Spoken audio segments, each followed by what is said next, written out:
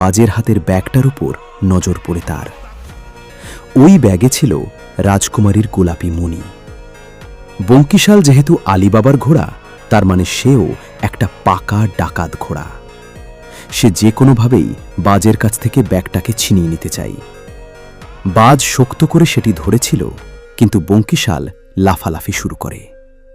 অনেক লাফালাফি করার পর হঠাৎ বাজের হাত থেকে ব্যাগটা ছুটে গিয়ে গাছের সরু ডালে গিয়ে আটকে যায়। ব্যাগ নেওয়ার জন্য দৌড় লাগায়, কিন্তু বঙ্কিশাল তো নাছোড়বান্দা। সে একবার বাজের পা টেনে ধরে, আবার বাজও বঙ্কিশালকে টেনে ধরে। এভাবে একজন একজনকে এগিয়ে যেতে দিচ্ছে না। দুইজন আগে যাওয়ার চেষ্টা করে, কিন্তু দুইজন এভাবে নিজেদের মধ্যে টক্কর নিতে নিতে বাজ ও বঙ্কিশাল একসাথে গাছের উপর চড়ে বসে। বাজ গাছের নিচ দিয়ে বেয়ে যায়, আর বঙ্কিশাল গাছের উপর দিয়ে হেঁটে হেঁটে ব্যাগটা নেওয়ার চেষ্টা করে।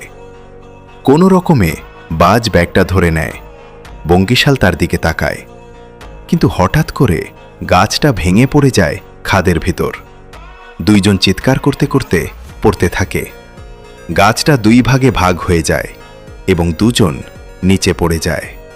এরপর আমরা দেখতে পাই বঙ্কিশাল কি যেন শুকছে শুকতে সে পাথরের পেছনে যায়। এরপরে কি হয়েছিল জানতে চ্যানেলটিকে সাবস্ক্রাইব করুন। পরের ভিডিওতে গল্পের বাকি অংশ দেখতে পাবে।